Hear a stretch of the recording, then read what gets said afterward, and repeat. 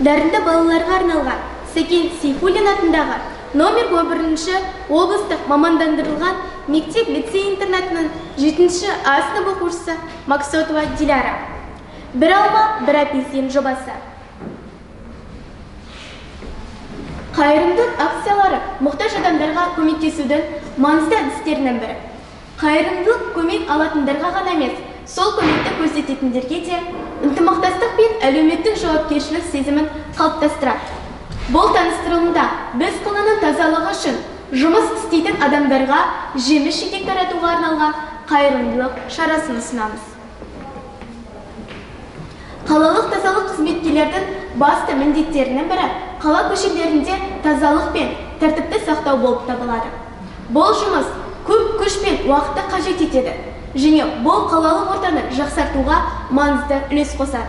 Алайда, көбінесе қалалық тазалық қызметкерлері назардан тыс қалады, және өз жұмыстары үшін тиісті алғыс алмай жататыны көңілімізге батады. Сондықтан, көшелер мен аумақтарды тазалаумен айналысатын қалалық тазалық қызметкерлеріне жеміс-жидек таратуға арналған қайырымдылық «Бір алма, бір апельсин» акциясын ұйымдастырдық. Мектеп оқушылары, ата-аналар және ұстаздарымыз акцияға белсене қатысып өз үлестерін қосты. Бұл акция жұмысшылардың еңбегі үшін алғыс білдіріп қана қоймай, қаланы таза әрі әдемі ететін адамдарға әлеуметтік жауапкершілік пен қолдау көрсетуге мүмкіндік берді. Қайырымдылық акциялары мұқтаж жандарға көмектесіп қана қоймай, қоғамдық сананы қалыптастырудың және бірлік сезімін нығайтудың қуатты құралы бола алатынын атап өткен жөн.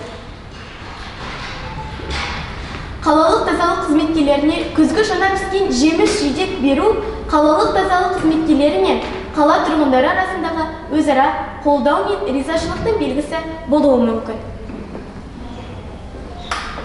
Сондай-ақ, қайырымдылық шаралары экологикалық сананы дамытуда және қоршаған ортаны қорғауда маңызды қадам бола алады.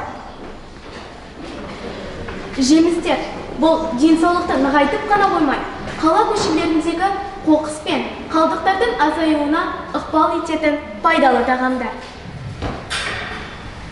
Назарларыңызға рахмет.